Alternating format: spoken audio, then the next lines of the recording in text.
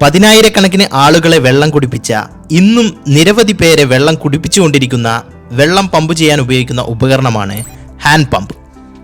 മനുഷ്യന്റെ ശക്തി മാത്രം ഉപയോഗിച്ച് ഭൂമിക്കടിയിൽ നിന്നും 7 മീറ്റർ ഹൈറ്റ് വരെ വെള്ളം പമ്പ് ചെയ്യാൻ ഹാൻഡ് പമ്പിന് കഴിയും.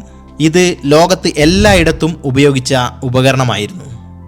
നമ്മുടെ കുഴൽക്കിണറുകളിൽ വെള്ളം പമ്പ് ചെയ്യാൻ പണ്ട് ഉപയോഗിച്ചിരുന്നത് ഈ സിസ്റ്റമാണ്. ഇത് എങ്ങനെയാണ് പ്രവർത്തിക്കുന്നത് എന്ന് ഡീറ്റെയിൽഡായി നോക്കാം. ഹാൻഡ് പമ്പിന്റെ പ്രധാന ഭാഗമാണ് സിലിണ്ടർ.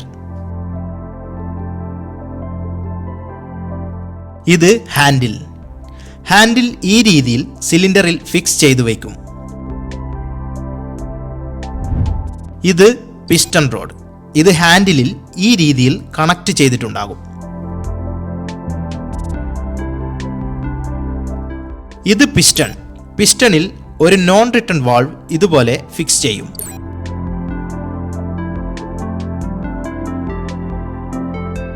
സിലിണ്ടറിന്റെ താഴെ ഭാഗത്ത് മറ്റൊരു നോൺ റിട്ടേൺ വാൾവ് ഇതുപോലെ സെറ്റ് ചെയ്യും. ഇതുപോലെ വെള്ളത്തിൽ താഴ്ന്നു കിടക്കുന്ന രീതിയിൽ ഒരു പൈപ്പും സിലിണ്ടറിന്റെ അടിഭാഗത്തായിട്ട് ഫിക്സ് ചെയ്യും. ഇതാണ് ഔട്ട്ലെറ്റ്. ഇതുവഴിയാണ് വെള്ളം പുറത്തേക്ക് വരുന്നത്. ഇത്രയും റെഡിയായി കഴിഞ്ഞാൽ നമ്മുടെ ഹാൻഡ് പമ്പ് വെള്ളം പമ്പ് ചെയ്യാൻ റെഡിയാണ്. നമ്മൾ ഹാൻഡിൽ താഴേക്ക് കൊണ്ടുവരുമ്പോൾ പിസ്റ്റൺ വെർട്ടിക്കലി മേലേക്ക് പൊങ്ങുന്നു. ഈ സമയം പിസ്റ്റണിന്റെ താഴെ ഭാഗത്ത് ഒരു വാക്വം ഏരിയ ഉണ്ടാകുന്നു. അപ്പോൾ പിസ്റ്റൺ വാൾവ് അടയുകയും ഫുഡ് വാൾവ് ഓപ്പൺ ആവുകയും ചെയ്യുന്നു. ഇവിടെ ക്രിയേറ്റ് ചെയ്യുന്ന വാക്വം കാരണം വെള്ളം മേലോട്ടേക്ക് ഉയരുകയും വാക്വം ഏരിയ ഫില്ലാവുകയും ചെയ്യുന്നു.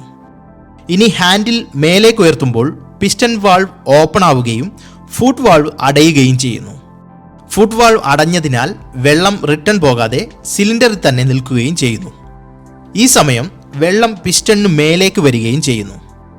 അടുത്ത സൈക്കിളുകളിൽ ഹാൻഡിൽ മേലേക്കും താഴേക്കും ചലിപ്പിക്കുമ്പോൾ പിസ്റ്റണിന്റെ മൂവ്മെന്റ് കാരണം വെള്ളം മേലേക്ക് ഉയർന്നുയർന്നു വരുന്നു. സിലിണ്ടറിൽ വെള്ളം നിറയുമ്പോൾ ഔട്ട്ലെറ്റ് വഴി വെള്ളം പുറത്തേക്ക് ഒഴുകാൻ തുടങ്ങുന്നു.